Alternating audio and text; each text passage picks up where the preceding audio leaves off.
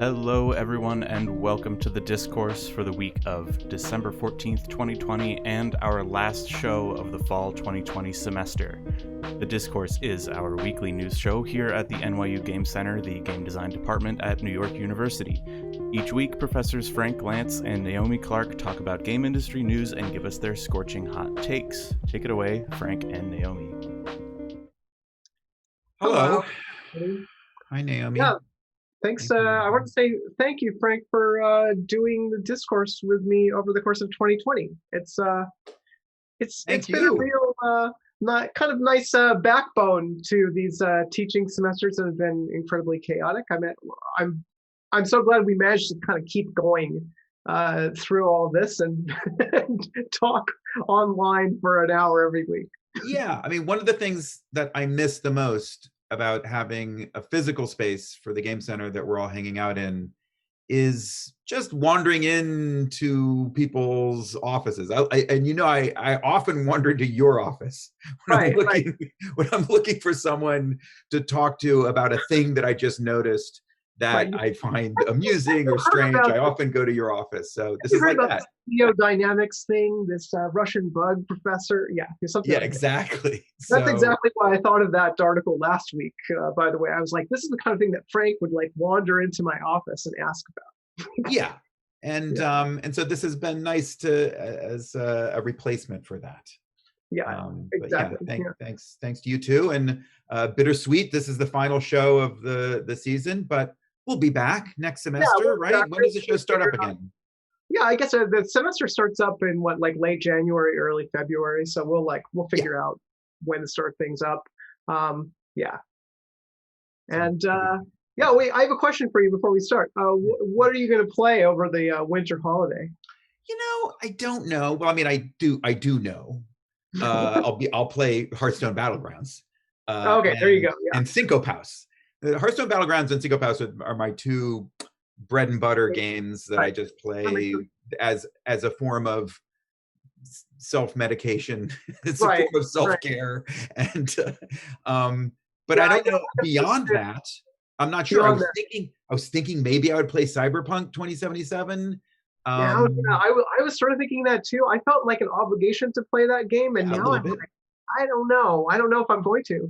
I might just play Yakuza instead, the latest Yakuza. I I mean, keep the talking about that. latest Yakuza looks amazing. People are really enjoying it, and it looks fantastic. And you know, I'm interested in both of those games in a way. I'm interested in simulated cities. You know, is a particular interest of mine, and so kind of want to check them both Yeah, out. yeah, that might be interesting. And yeah, Mhm. Urban was saying like, well, I assume is that play the Humble Bundle instead, that gigantic Humble Bundle that came out. Yeah, we all have like Yeah, everybody who bought that has like 500 games that we could be playing, and a lot yeah. of No, games.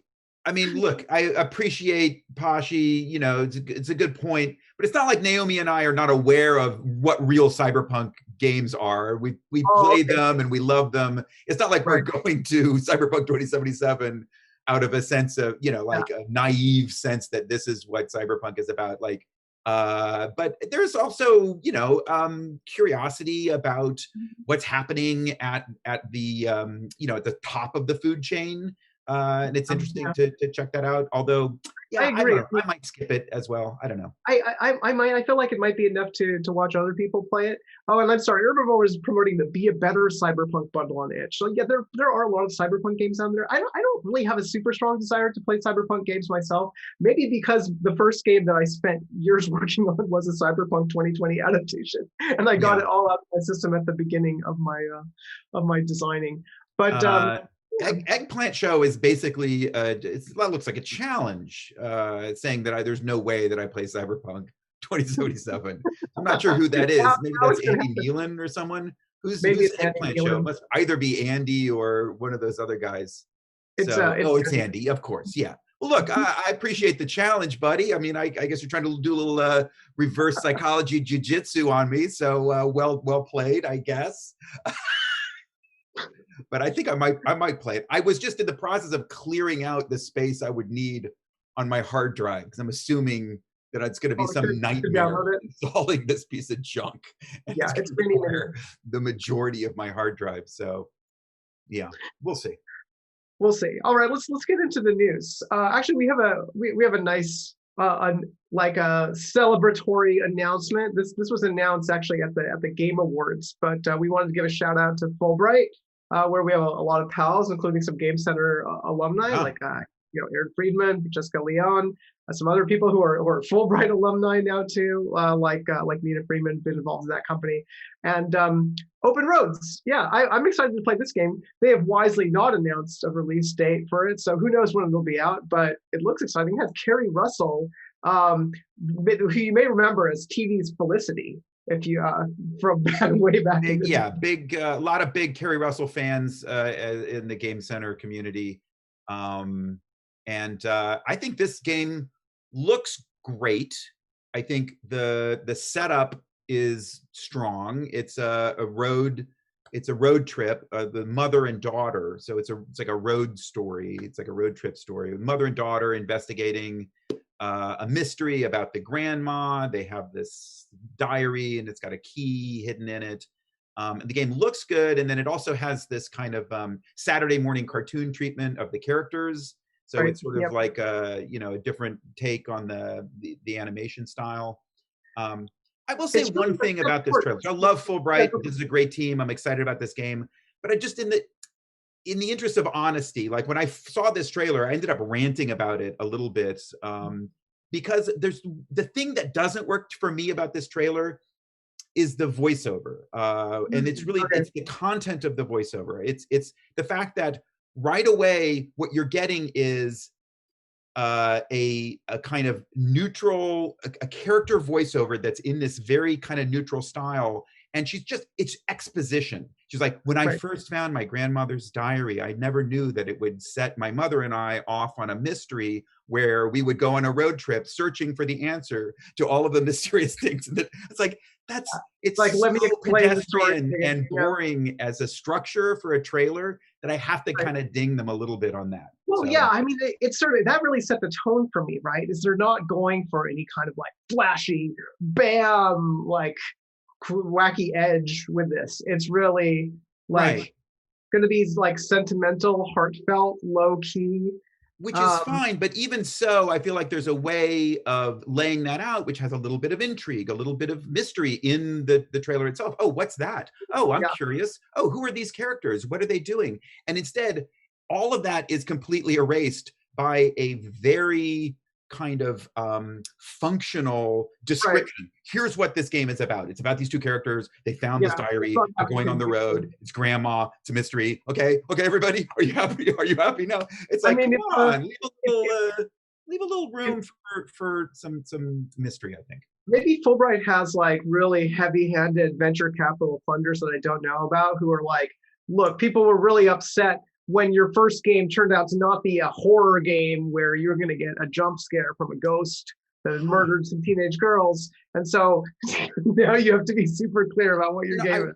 I will say you were not the first person to, when I was ranting about this, to suggest that it might be some pressure from the publisher or the distributor or something like this of, hey, this is the kind of trailer we want to see. Make sure that you explain the game. I don't know. Yeah, I don't know. Yeah, there's something that sort of gives me that vibe a little bit. Like it has sort of been boxed into like a nice, like in the model of if this were a movie, like you would maybe expect to see this in a trailer for a very nice, sweet, family-oriented movie, right? With that type of narration.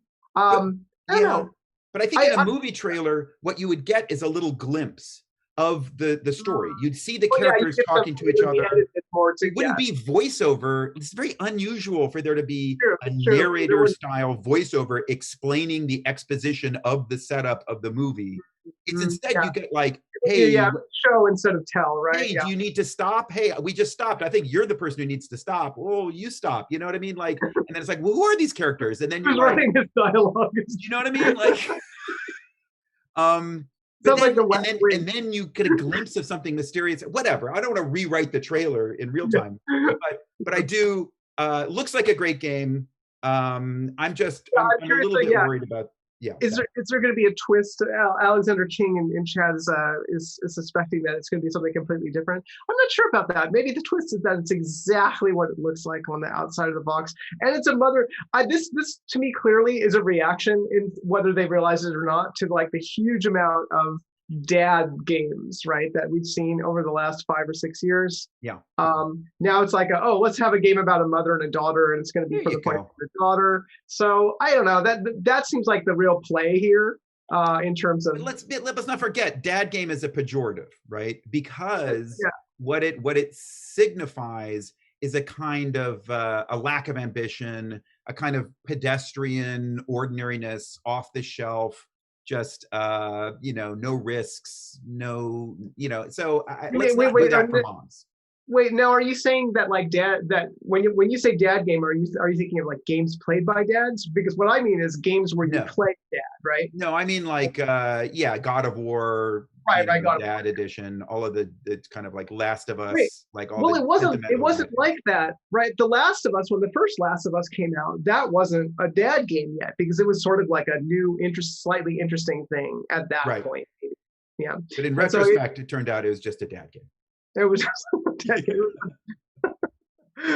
All right, let's and the chat, you're right, it is about a dad, right? I've heard them also called murder dad games because it's like a dad that has to murder in order to protect. That's like the main theme, but maybe not for the mom games. We'll see. All right. Oh yeah, so this you suggested this article. I was really excited to see this. Again, another hot scoop from Patricia Hernandez, who I just love because she's always investigating like the weird edges of game culture. And in this case, it's just like in reviewing a list of the YouTube videos with the most views, they came across these. They're like a 30-second video, which is clearly, it's not even named. It's just got like a file name as the name. Right. That's right. And it's one of these, which we love. We're already like exactly. Like everybody in our circles knows exactly what these are. They're like, you look at it, you're like, this just has a weird file name. And we're like, that's the mobile game ad that plays inside the mobile games when people want some currency in the game. Yeah. And presumably there's a game somewhere that actually uses this mechanic, but most of the games that are sold using this as an ad, I don't believe have this mechanic. Uh, this is just a thing. Right, It's no, of just course not. it's this primal thing that people think they want, or it's something that catches the brain. I think it's a combination of the fluid dynamics, which are Right. actually quite hard to do in games. So the math of the kind of the implied kind of particle systems that you would use to make a Right. puzzle It of nature, looks kind of fancy. Yeah. they're actually challenging to do, and they have a kind of tactile uh, brain feel that makes you kind of want to like mess with them. Like the closest to this is Well, like yeah, and then you Lolita, I watch guess. someone, right? And then these ones are significant because it's like all watching people fail at these puzzles, right? And that's Right. the key. It's just like you watch people fail and you're gnashing your teeth, and you're like, Yeah. oh, what an idiot! I could do that. Anyway, yeah, like, and somebody did make this a game with these mechanics, right? And it was turned out to not be like have that much staying power, be very fun. So that's not too surprising. But anyway, there's hundreds of millions of views of this video, which is presumably just the result of someone using YouTube to serve these up within that's right. the ad network. This is an Ebony marketing campaign, right? Yeah. And I think that I'm not even sure. I think Patricia must understand this, right? Like Ebony is paying for these ads, but they are appearing across hundreds and hundreds of different mobile games because Ebony is just doing like a carpet bombing ad campaign, and so that's how it becomes one of the most viewed videos. What's amusing about this is that it's just up on YouTube. Like it's just another video on YouTube, and it's like it just reminds you that the internet is like this strange place. It's like an amusement park or a mall or a casino where you can just wander into the back rooms. And the back rooms are factories where they're producing the product. And it's just a maze, but there's nothing preventing you from just drifting out of the kind of tooled trough that they want to keep you in and just wandering off and seeing the machinery behind the scenes. It's fascinating. Yeah, no, I love that these are unlisted ads and that's so baffling. And they're up there among like other, what we think of as normal YouTube gaming content made for people to view on purpose. Whereas these are all content that nobody really wants to look at these, right? But they are among the most. And somehow this is what we've optimized the internet to do, is to provide this thing that no one wants to see. Pair of Salamancas, nice shout out to the Backrooms, the Reddit, right? It's like a Reddit community of people who are role playing that they're trapped in these kind of anonymous network of blank spaces where do you know this, Naomi? No, I don't. Yeah, it's quite nice actually. Yeah. It's just people submitting photos of like endless hotel hallways or rooms that look like the kind of blank anonymous rooms you get in a conference center, just like room after room after room. And they're like, guys, I've been here for days and I don't know how to get out. And so they're building this kind of big mythos about it. Yeah. Nice. Yeah. Backrooms. Sounds good. That's much more entertaining than Ebony ads. Yeah. But I'm just fascinated that every single large mobile game now seems to be doing a version of these ads because they're, they work well, right? But it's just, they don't even, I don't know, do they even have the same characters anymore? It just seems like you could mass produce this and just have exactly the same ad for every game. And then it's just whoever.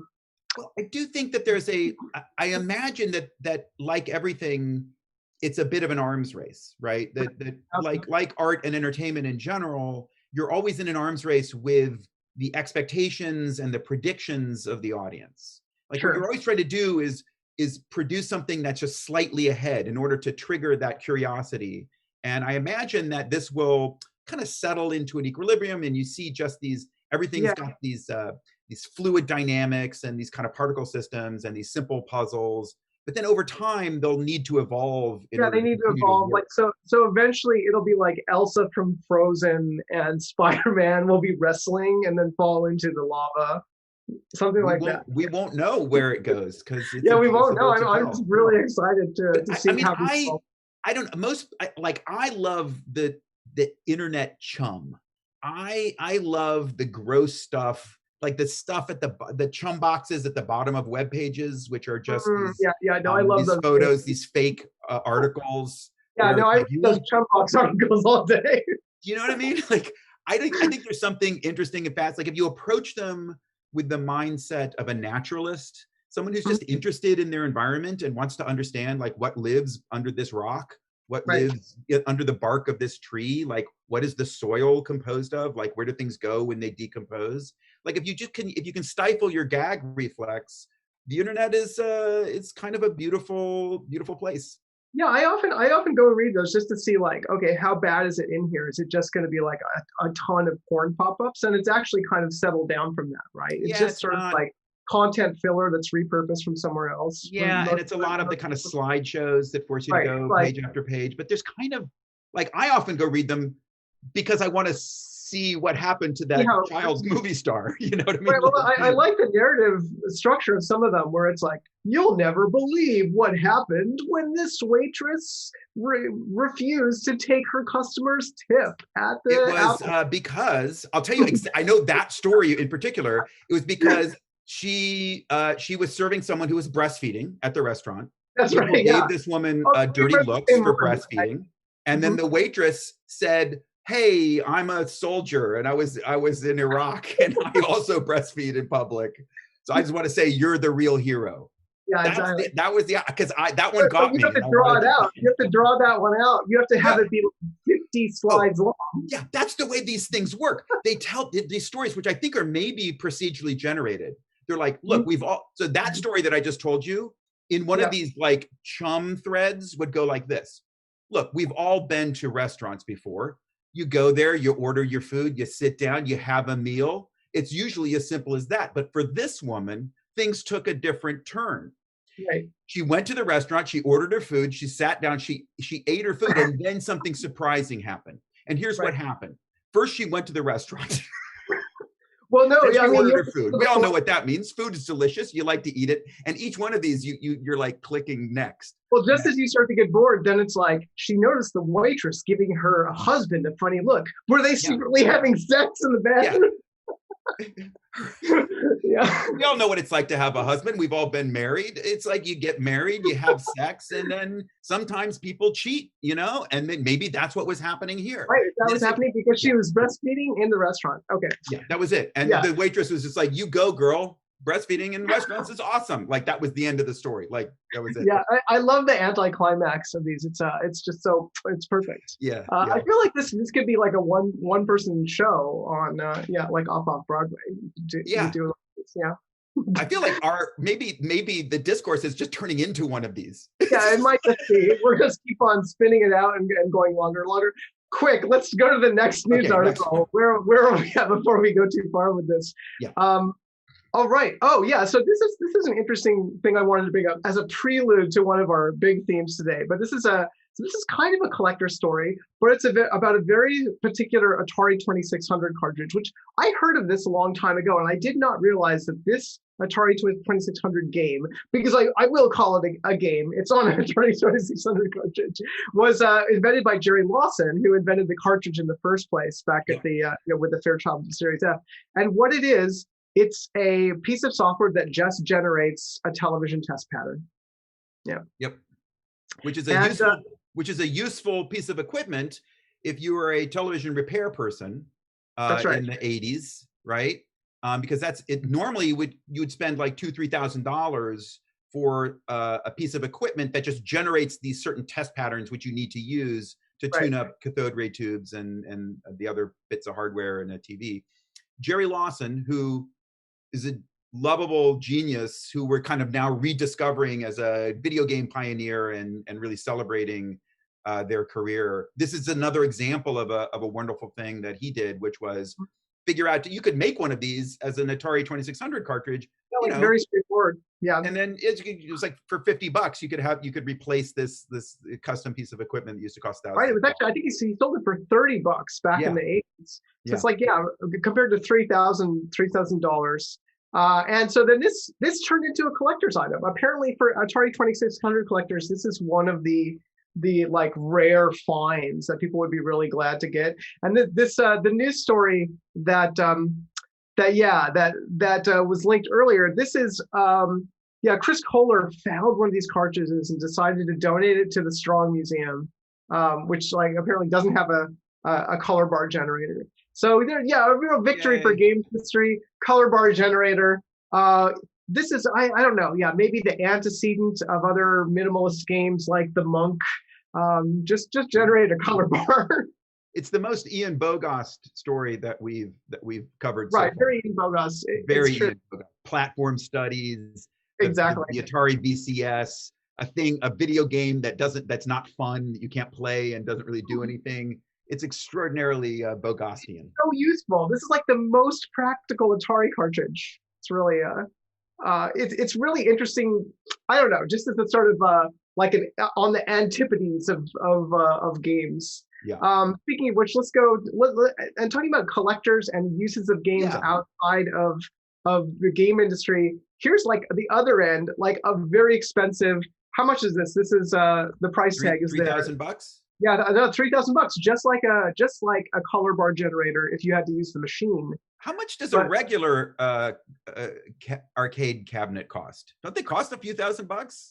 It costs like 800 or something. Yeah, $800, something like that. That expensive when you think about it. Like it's no, I mean this is not such a bad deal. It's got a ton of games.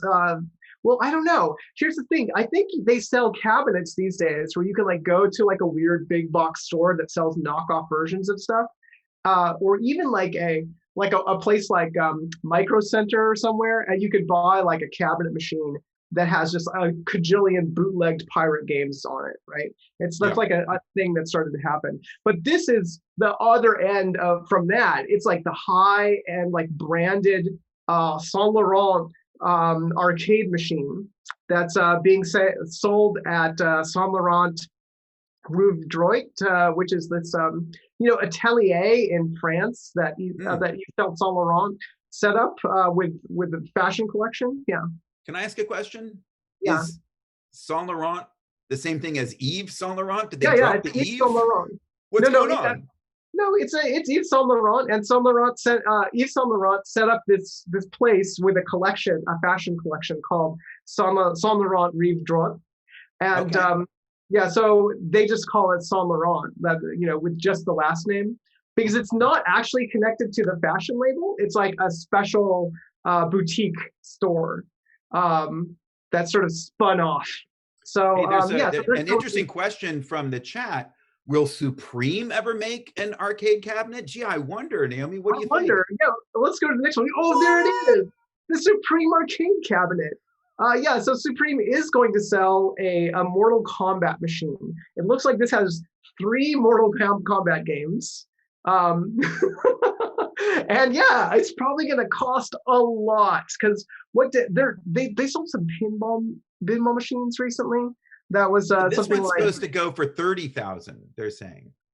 Right. No, that seems more like it. Like if you're going to do like a custom fashion, street fashion arcade cabinet that's a limited edition, it should go for some outrageous amount of money, not $3,000, right? I think Yves Saint Laurent is a little bit out of touch. Like Supreme, this is the way you do it. Charge way too, like you only make 4 of them, and then they're just outrageously expensive. Well, that's the Supreme sort of motif, right? And so they made pinball games before. Those are the ones I think were selling for $25,000, $30,000 at auction. And but their approach is really different. So that Saint Laurent arcade machine, it was like it has 680 classic games, and it's like they don't. Oh, that looks nice, right? That's gorgeous. Yeah, this is good fashion designers. That's gorgeous. Got to team up with some fashion designers, right? But we both had a little moment there. Yeah, no, it's beautiful. Man, it looks like a really good shoe. Yeah, but the Yves Saint Laurent one, they don't even tell you what the games are, right? They're like, it has a whole bunch of classic games, 680 of them. And I don't know, it's almost like not listing the prices on the menu or something, or not telling you what's on the menu. It's just like, hey, this has a bunch of games on it. We don't care what the games are. Right. Yeah, exactly. Well, it's like all the games. It's like all of the video games. Yeah, it has all the games. It has all. It's like 20,000 games. Yeah, it's got a very big stick with a bunch of buttons. You can play all the games. It looks like it has a Street Fighter joy. Like the stick looks a little close to those buttons. Hey, are any fighting game folks in the chat? Is that a normal way to you put the stick right next to the buttons like that, or is that a little tight? That just seems a little. It looks a little weird to me, but like, I don't know. Whatever. Yeah, so I think it's fishy, but the Supreme one, they're just like Mortal Kombat. Yeah, that's it. That's all you want, right? And and they released a trailer for this arcade cabinet, which is just congressional testimony about Mortal Kombat. That's good stuff.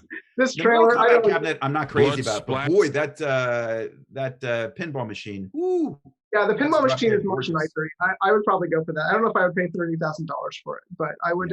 I would accept it as a gift from some extremely wealthy sponsor. Me too. Yeah, that's for sure. So if you're listening out there, either we'll take it for the Game Center. Let's say like we'd be happy to have a Supreme pinball machine at the Game Center. Yeah. If anyone wants to buy it for us. Yeah, we have any billionaires in chat? Maybe drop us a Supreme pinball table. Well, I don't know. Maybe a scholarship. Throw it in as in addition to a scholarship. We'd like to have a scholarship. Yeah. Certainly have to. But all right, let's go to the real fashion story of. Did you play this game, Naomi? I have not played the game yet. I've watched the video. You played it? Okay, so it's scroll down. We can't see the headline here. The Balenciaga has released a video game. Now, this is an actual fashion meets video games story, right? This isn't just like we made some outfits for League of Legends champions, or like we put a t-shirt into Animal Crossing. This is full on. They rolled this new line, which is armor inspired, and some of it is literally just a suit of armor.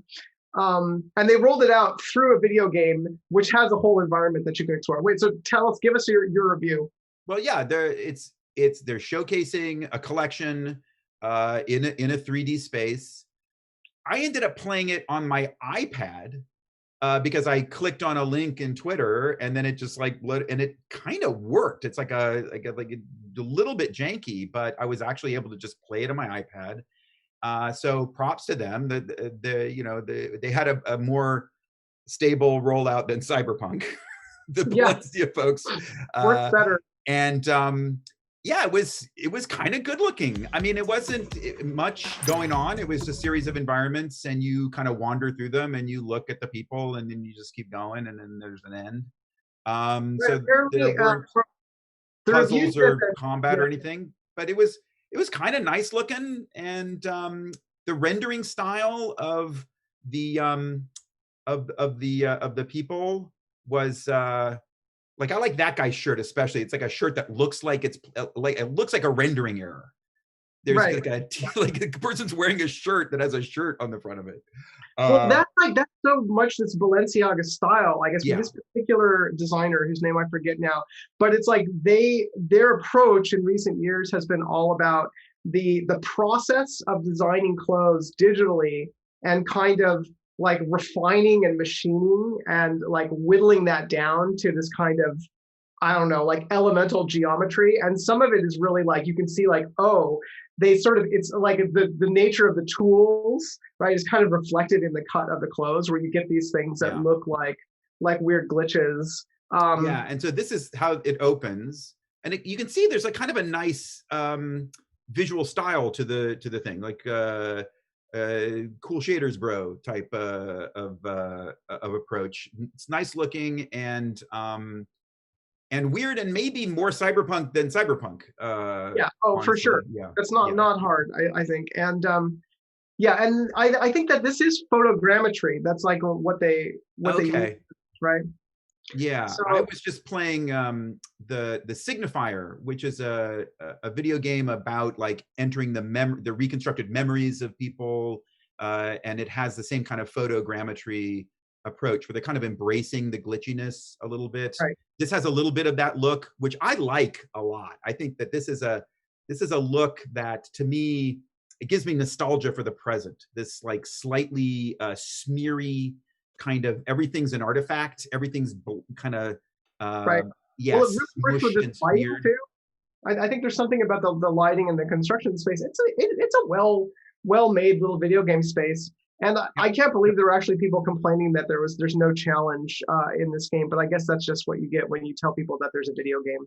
Try to just follow this path on an iPad using there's challenge. It's an action adventure game when I played it. But yeah, I mean, it was fun for 5 minutes, and yeah, it's an ad, so. Yeah, it's an ad for clothes. I mean, we love it's ads, an ad for haute couture, right? And it's not like, it doesn't serve the same functions as consumer advertising. But in some ways, I think that maybe makes it a better like fit for a video game. Like, I don't know. Yep, it's kind of surprisingly not cringy.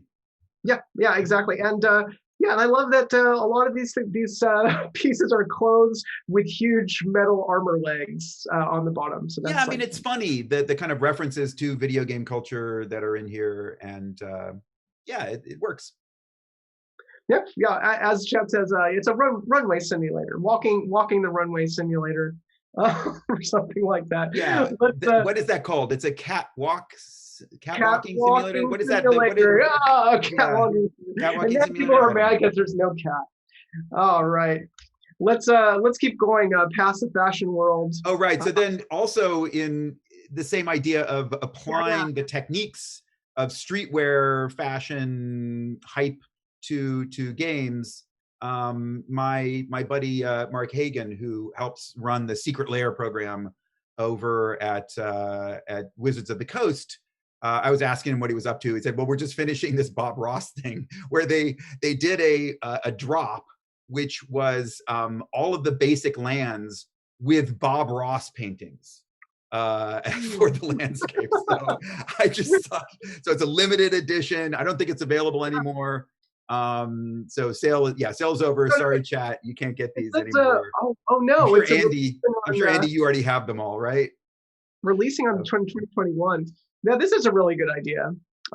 This is the kind of thing I love to see in card games. I just wish they were like, I don't know, full bleed cards. Don't they do limited edition full bleed cards without the worst? I hate the Magic the Gathering frame. You know, the funny thing about the Magic the Gathering frame is that they're locked in. Like at certain point, like 20 years ago or whatever, when they were like, okay, that looks good enough. Now, because the backs of the cards can't change, they're locked into the backs of the cards. They're locked into the edges of the cards, right? And they're locked into this framing because I don't know, because of the mechanics of the game. You need to have some standard that you. That sounds to me like a design challenge, not like we have to keep it exactly the same as when this was designed by like one person in 89 or something. Yeah. Anyway, I agree. Yes, this is the aspect ratio problem. Anyway, so at some point in 2021, I'll finish my full bleed card deck for a different trading card game, and then you can ask me about whether you need a consistent frame. Are you in Crunch? Are you in Crunch for Lace Runner? I'm not in Crunch yet. I'm waiting on a dependency. Yes, okay. I get a blocker. It's a pandemic-related blocker, so it's okay. Let's keep Speaking moving. Of Crunch. Oh no, this isn't Crunch. Sorry. Bad segue, chat. Oh, I'll never hear the end of that one. This comes to us via, I think this is Jesse sent this in, right? Jesse Fuchs. Yeah. So we wanted to give you guys some long reads for the holidays in case you miss us and you're like, I want to read something thought-provoking and have a take about it from games. And so here's one. This long story in Outside online about this treasure hunt for this guy Forrest Fenn. He had a treasure many years ago, and it took how many years? I forget now. I read this whole story like earlier this week, but a decade ago. So it was 10 years. He buried a treasure chest with gold and other valuables estimated at $1 million somewhere in the Rocky Mountains. Worth way more than like when Jason Rohr buried a board game in the desert, etched on a piece of metal. But this one was actually filled with gold. So and then somebody found it, but it generated enormous controversy. So that's the interesting part of the story, is that the person who found it didn't want to be identified, and then the family of Forrest Fenn, who had died, were accused of of fraud, and that Right. they were cheating. Because of the anonymous nature of the person who found it, these people have been searching for it for like, there are people whose lives, they just dedicated for a decade to this project, to searching and trying to find it and closing in. And it's a famous, kind of like well-known, like little subculture in this part of the Southwest. And so the fact that, oh, it was found, but it was found by someone who prefers to remain anonymous. Thanks for playing, everybody. They were like, wait a minute, what? Yeah, exactly. You can imagine how that would, yeah. And this was a couple years ago that this happened, I guess. And then Forrest Fenn finally died this year, right? So it was just recently that the person who found it like stepped forward and like wrote an anonymous letter saying like, I'm the person who found it. Yeah, like it's real. Please leave the family alone.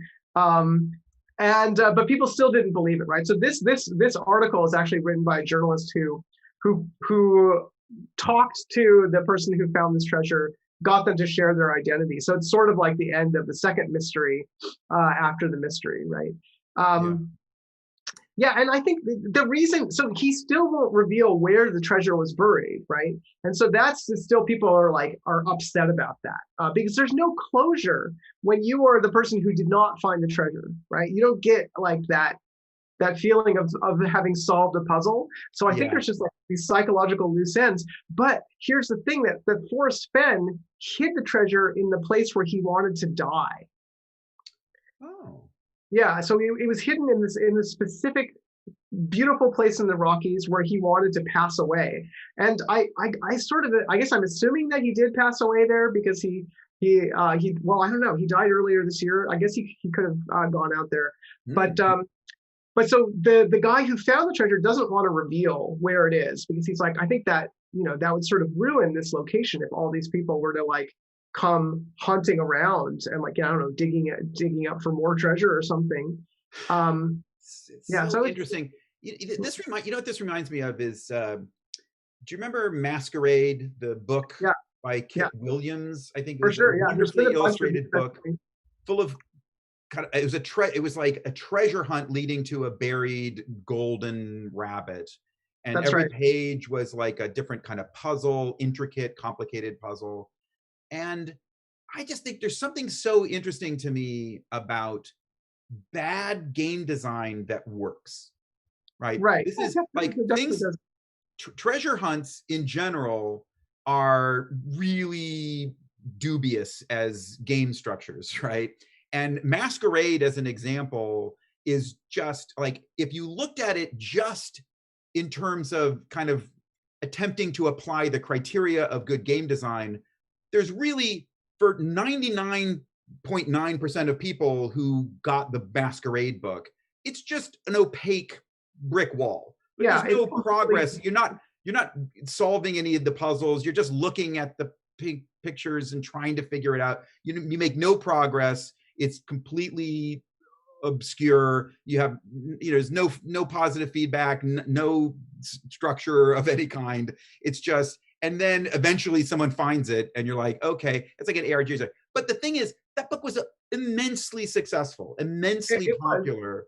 And what it did for me when I was thinking about this, when I kind of encountered this and thought about it, was it just made me want to be more modest about applying those criteria of quote unquote good game design. And we've talked about this, I think, before, where you have to have such criteria. You have to have rules of thumb, especially if you're teaching game design in college. You have to have best practices and structures and ways of talking about what does and doesn't work on average and how to maximize your chances of success. But things like this just demonstrate how often you can have a genuine masterpiece that breaks those rules, or that doesn't, you can explain it by recourse to a set of pre-existing criteria. There's something magic. There's something especially in Masquerade, there's something about the care that was put into every illustration, the beauty, the aesthetic beauty of the object and the paintings, and the mystery and the idea of this treasure hunt.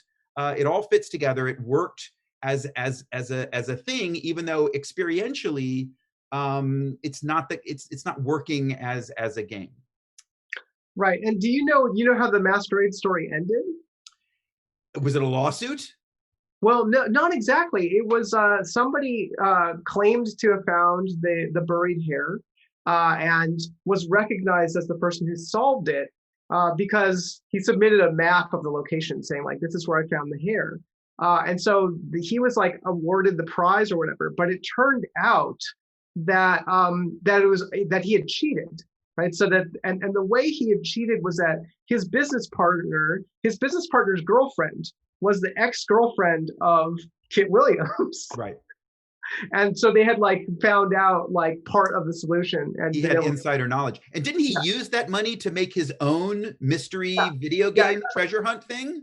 Well, which was a huge flop? The tool. Right, yeah. It was a huge flop, and that was where the game Hair Razor came from, which came out in 1984 from Hairsoft. I think it was the Hairsoft's only game. It was like a ZX Spectrum game. It was also supposed to be this type of treasure hunt. It was also a weird scam. So I don't know. Where did you grow up? I grew up in Seattle, Washington. Yeah. I'm curious about your pronunciation of the word that I pronounce as buried. Oh, buried? I say buried. Yeah, I say buried. Yeah, I don't know why I say buried. I like, buried treasure. I have to look into that. I have a mangle of pronunciation because I learned to talk in England. And then I lost my English accent by the time I was like 5 or 6. So it's a little mix of mid-Atlantic and Pacific Northwest. Yeah, probably. I like it. On the flippity flop. On the flippity flop. Yeah. All right, let's go to our next long read. Long read number 2. This is a serious one. And I feel like everyone should read and at least be thinking about this in the game industry. Like, I know a bunch of people are talking about this, but it hasn't really sunk in yet. Like, the next generation, these next gen consoles, which I haven't seen anything that convinces me that it was like so incredibly important to the artistry and the entertainment that games can provide, right? They're like producing massively more carbon emissions than the previous generation, right? And like when we sort of have to be asking ourselves, is it worth it? And now, Sony and Microsoft kind of acknowledge this. They're like, yeah, we were in the middle of building this stuff, and then everyone was like, oh, the carbon emissions are a big deal. Like, as if they didn't know that, like, during the design process, like 5 years ago or whatever. But now they've pledged to be like to be carbon neutral or whatever. I don't know whether that just refers to their internal processes, but this article from CNET kind of does a rundown of, all right, Series S, Series X, PS5, how do they compare with the predecessors? And there's a whole report. And I think, the real upshot is that the new Xbox and PlayStation consoles produce 20 times as much carbon when played for the same amount of time as the Switch. So that's a bummer. Okay, so that sounds bad, but like I would have imagined that figure was pretty low to begin with.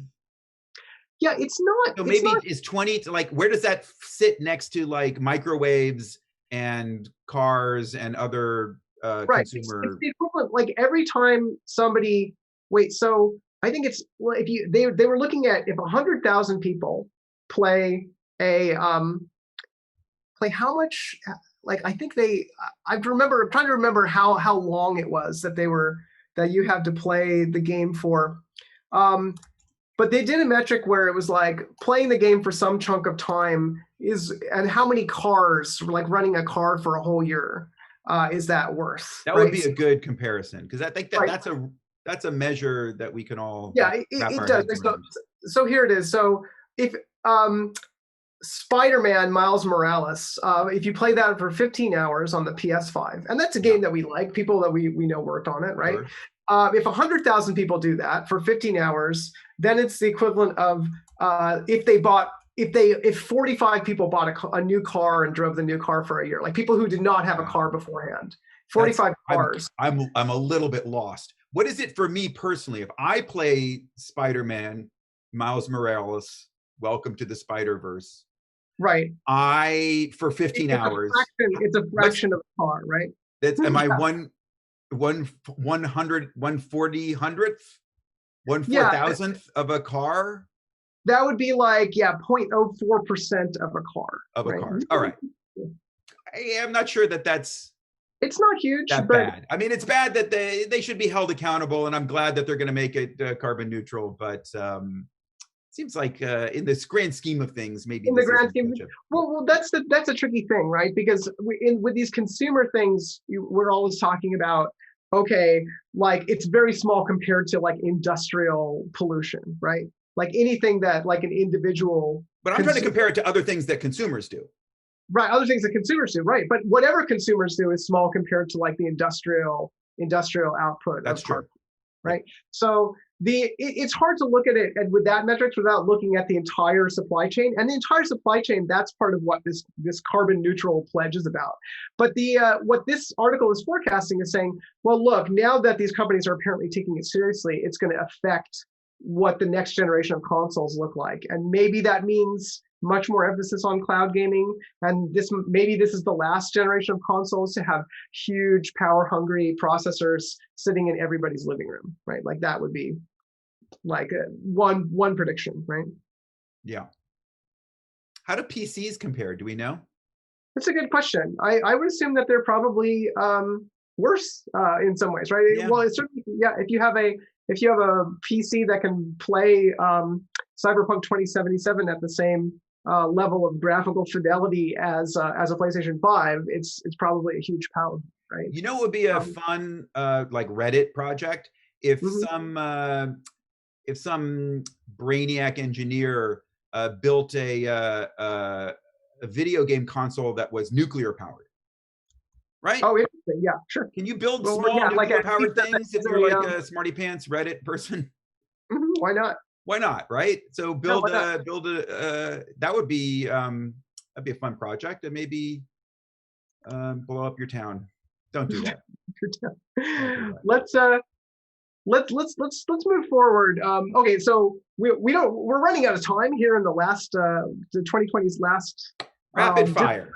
Gamification gone wrong. Pepsi tried to do some big giveaway 20 years ago. Yeah, this is a long read. Also, yeah. I think worth reading, right? It's about how just having a printing error in your lottery, like just caused riots, and 5 people got killed in the Philippines in the 90s. This was all at like Pepsi's attempt to drive huge numbers of sales driven purely by gambling, and in order to challenge market dominance. Weirdly relevant to the treasure hunt thing that we were just talking about. And the way that this broke is similar to the ways in which treasure hunts are bad game design, right? And the way all of the treasure hunts broke, right? Masquerade broke, the whatever. Like they all, because they're brittle. Because puzzles and treasure hunts are brittle and they break. They're not robust, they're not flexible. They're not, solutions or numbers being wrong, like just one little bug. Speaking of bugs, let's keep on moving forward into more bad gamification. This was to me the most jaw-droppingly, oh god, like forehead slap of everything that's come out about Cyberpunk 2077. It's their bonus structure, right? So I've heard lots of horror stories about bonus structures. This one was, okay, they had a Metacritic score tied bonus structure, which apparently a lot of people don't know is still a thing, where it's like you get a bonus only if the game hits a certain Metascore. Usually it's like 80 or 85. For Cyberpunk 2077, it had to be 90, like they had to get to 90 or nobody would get bonuses. That part is what they've like rolled back now that 2077 is out and is getting criticized for having a ton of bugs. And then, but then the other weird thing, and tell me what you think of this, Frank, is that they were the leaders of the studio, or maybe team leaders, were giving out tokens. This goes back to our challenge coin and like gamification discussion, right? Giving out tokens with the CD Projekt Red bird on it, and saying like, if this game gets a 90 Metacritic score, then how you get your bonuses is you have to have these tokens and you exchange them for money. And that's the bonus structure. It was a bad idea all the way around. Yeah, I mean, I think AAA should probably sever this tradition of attaching bonuses to Metacritic scores. Yeah. Especially in this new era where like reviews have a very tentative, dubious relationship to sales. Yeah, they're really not. Well, if at most they are a bellwether for sales, right? They can predict how sales will do, which is why studios also have they hire journalists to write sample reviews, right? Like to write Yeah. fake reviews, and that's actually probably a more sensible use, even though it sounds weirder. But this is just like we're gonna recognize the people who we think are doing well in the company, and then give them an incentive to like bully everybody else into like working harder. Right. Yeah, it's just not going to work. I mean, I understand the desire. They're like, look, we pay our let me play devil's advocate here. They could say, look, we pay our employees well, but we also want to like reward them above and beyond because they work above and beyond. They work hard because they're passionate about what they do, and so we want to be able to reward them. And so this is a way to do it in a way that's objective. It's not our judgment. Oh, did you work hard or not? It's like, look, the harder you work and the better the results, the more of this extra bonus that you'll get.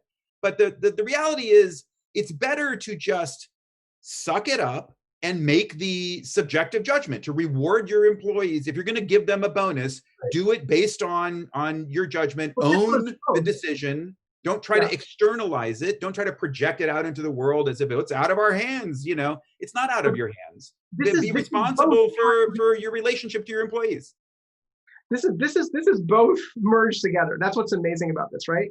It's we have this objective measurement of the Metacritic score, but you only get that money if also you received a subjective token. And the more tokens you get, the more money you get. So it's like it's a bad game design. It's like it's a mishmash.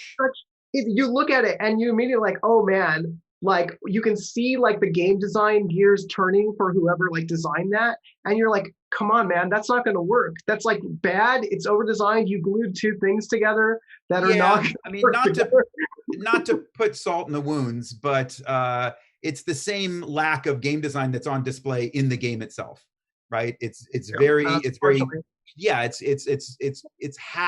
half-assed and it's poorly implemented, and they had to roll it back just like the game. Right, and and there's a whole bunch of glitches. Yeah, you should like. Glitches. We don't really. Let's not even look at the glitches. It's just you know what they look like. You've seen them. Yeah, exactly. But they clearly wanted to have their cake and eat it too with this game. They wanted to be everything, right? Have every feature, have combat, be an RPG, like be a shooter, and then also work on the PlayStation 4 and the PlayStation 5 and PCs. And that's where they got into trouble. And they wanted to be a launch title and also backwards compatible and everything, right? So like they made their developers work themselves into the ground and tried to bribe them, and then it didn't work. So is this the end? Is this the end of this kind of nonsense? Unfortunately, probably not. We'll forget about it in a week. But here's the thing that struck me about this. All of the kind of amazement about the technical problems and the glitchiness of this game really demonstrate the huge gap between the theme of this game, which is cyberpunk, and the values that this game is actually delivering, which are incredibly suburban, pedestrian. What people want from this game is a predictable, reliable, like kind of like premium mediocre, like middle brow software experience that is just like by the book, off the shelf, reliable. It's like they want a Subaru, SUV is what they want. And they're like, wait, this thing doesn't work. It's like, it's the opposite of the cyberpunk sensibility. Well, the big thing that fans were upset about earlier in the development process was that they thought you were going to be able to run up a wall and then run along the wall and jump off the wall and shoot people. Like that has nothing to do with cyberpunk anything. It's just like a fantasy stupid feature. It's just a feature. It's like cup holders. It's like, hey, these cup holders don't work. Look at this. I paid $70 for this thing. The cup holders fall off. It's like, yeah, you're an idiot. I mean, you're like, what did you expect? Like, also, how long have you been playing video games? Don't you know anything about your own hobby? Like, aren't you Like, No, have your constantly. eyes been closed this entire time? Of course, this is what's happening. Well, first, a bunch of these people are 15 years old, so they're just learning. But then I'll fight them, Naomi. I don't care if they're 15. I'll fight them. I know you will. And then, they also, there's this constant hope. They're like, oh, the next most amazing video game is going to happen. It's going to have everything we ever dreamed about. It's going to make all of our wildest dreams come true, the amazing video game. And so then they're incredibly mad that it's not coming out soon enough. Yeah. They're like furious whenever there's delays. And then they're like, why didn't you take longer to make it? It has all these bugs. You should have delayed it more, right? So it's just like no way to win. Heads up, guys. Your art form is pure jank. It's broken. Exactly. It will always be broken. And that's what's great about it. Yeah, appreciate the jank. Exactly. That's the only way to be happy. Just like the only way to be happy, if you have a baseball team that loses all the time, is to appreciate the way that. Yes, exactly. Exactly. Shout it's the same to the thing. Mets. Thank you, Mets. Don't get good like your new owner wants you to. Don't get good. All right. Let's. So we have a bunch of things we have to zoom through, but like to go through lightning bolt. Lightning round. Winston Churchill invented the term crunch. Yeah, it originally referred to World War II, and then to other types of major crises outside of video games. Next one. Dream, the speedrunner, the Minecraft speedrunner, holder of a world record in any percent glitchless or whatever. Yep. People have decided that this guy's runs are maybe too good to be believed. And so what they did was they released a white paper. Did you look at this thing, Naomi? Yeah, it's amazing. It is a white paper which is a deep dive, which really borrows from the techniques that people are applying to papers and results in like social sciences, like as part of the reproducibility crisis in social science, where people are like using statistical methods to analyze the results of various experiments. Someone did this with this guy's speed run and are calling shenanigans. Yeah, and I found it somewhat persuasive, although it kind of occurred to me, I was like, you can't know all of the code in Minecraft. Like, I don't believe that they analyzed every relevant piece of code, because there's always a possibility that something weird and janky is going on somewhere in the code that has this result. Yeah. And that's the sort of amazing thing about games. But as just looking at on the face of it, this is a pretty persuasive paper. I'm of two minds here. First of all, I just love this because the types of techniques they're using are super advanced. It's a valuable lesson just to scan this and get a sense of how people who really understand these issues go about answering the question of how likely something is when it's presented as having happened, right? So I just think it's fascinating and cool that they're doing this. I remain unconvinced, and I'll tell you why. It's because speedrunning in a game of this kind, which has lots of RNG, right, is by its very nature a kind of a spike hunting process. What you're doing when you speedrun a game like this is you are panning for lucky spins. And so it doesn't surprise me that the world record is held by a run that looks like it has a lot of anomalous lucky spins in it, because that's the name of the game, right? That's what you that's like saying, you won the lottery? That's unlikely. I don't believe you won the lottery, because it's like 20 million to 1 that you would win it. It's like, no, this is the interesting thing about this paper is they're saying, look, somebody gets to win the lottery, but this guy won the lottery 3 times in a row. Yeah, I get it. I'm on the fence. I'm not saying that I believe Dream, but I do look, these are really deep, hard to understand questions. Like, what is the frame of reference? Like, how should we be applying these kinds of techniques, and when, and like how likely is someone to cheat in the first place? And actually, you have to look at the norms. How strong are the norms in this culture? Like what's your prior on someone like this cheating? Like, are there really strong, like emotional and psychological and social pressures against it? Like, these are really interesting questions. Yeah, I'm totally convinced that it could have happened, right? That that even unconsciously, I think a speedrunner can stumble into a massive anomaly because of the nature of speedrunning. Oh, all right, we're now over time, but we want to give a few shout outs. Let's skip past this Kotaku thing about, we're going to give a shout out to a few holiday fundraisers, people trying to address the fact that we have a broken healthcare system in this country. There are no bailouts that are being given out to like lots of businesses and people who are suffering during this pandemic. This is Chris Kindred. Chris Kindred's grandfather had to have emergency surgery, and his insurance did not cover rehab. So fortunately, we were going to shout this out to try and raise more money for him. And their GoFundMe is still open, but fortunately, they were able to actually raise the goal. They're over the goal now. So Yay. Chris's grandfather is getting rehab. Good on you, Grandpa Kindred. I hope you recover well. All right, so yeah, but donations open. Second big fundraiser, Chinatown Fair Arcade.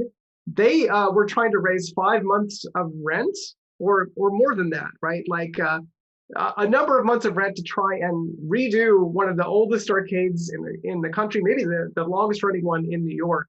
And it's a national treasure. It's a historical site, and it's a living, breathing subculture that is an important part of game history. So it's where I probably spent more time playing. If you can help out, if you care at all about fighting game culture, especially, this is an important one of the meccas of the FGC. And they said that they want to raise this money in part so they can bring back the XOX chicken. So that's part of their promise. We'll see. I don't think that the chicken didn't necessarily have a great life. So hopefully that it's a better working circumstances for that chicken. Okay, and then finally, last one. This one is happening on Sunday on Twitch. There's a big Twitch fundraising stream and auction to try and save Wonderville, which is New York's newest arcade. They opened just not that many months before everything got locked down, which is just a huge bummer for such an interesting, vibrant, potentially wonderful space. I think, the Game Center, we were really looking forward to like being able to do real world event partnerships with them. That's all on hold now, of course, but they're now all in dire straits now because of the pandemic. And so, please support Wonderville and Death by Audio Arcade. If you love arcades in general, or if you are in New York and you want to be able to like stay in New York and then after this pandemic is over, actually go out to a cool place where people are playing and exhibiting games, it's something that's maybe worth kicking in a little bit towards, or like participating in the auction. All right, so those are all of our community like holiday share the love, try and raise all the votes together shout outs. This Thursday is the winter show. If you're a Game Center student, we look forward to seeing you at the winter show. That's exciting. This Thursday at 5 p.m. And any other announcements, Naomi? I think that's everything I can think of. We will be back at some point in 2021. Thanks, Naomi, for another great season of the Discourse, my favorite time of the week. And thank you so much, Logan, for running everything. And thanks to Mirabai. Yeah, thank you, Mirabai, as always, the most amazing captioning from Sononite Cart Services. Yeah, and thanks to you, chat. You are the people who really make this thing happen. So you're the fuel in our nuclear-powered game console. Yep. Thank you very much. And stay safe out there all the way through the new year. Thank you so much for tuning into the Discourse. Once again, your news hosts have been Naomi Clark and Frank Lance. I was your behind-the-scenes operator, Logan Clare. Graphics are by Winnie Song, and captioning was by Mirabai Knight of Centernight Cart Services. Thank you so much for tuning in to a whole semester of the Discourse. We'll miss you all over the break. Stay safe, stay warm, and we'll see you next time. Bye-bye.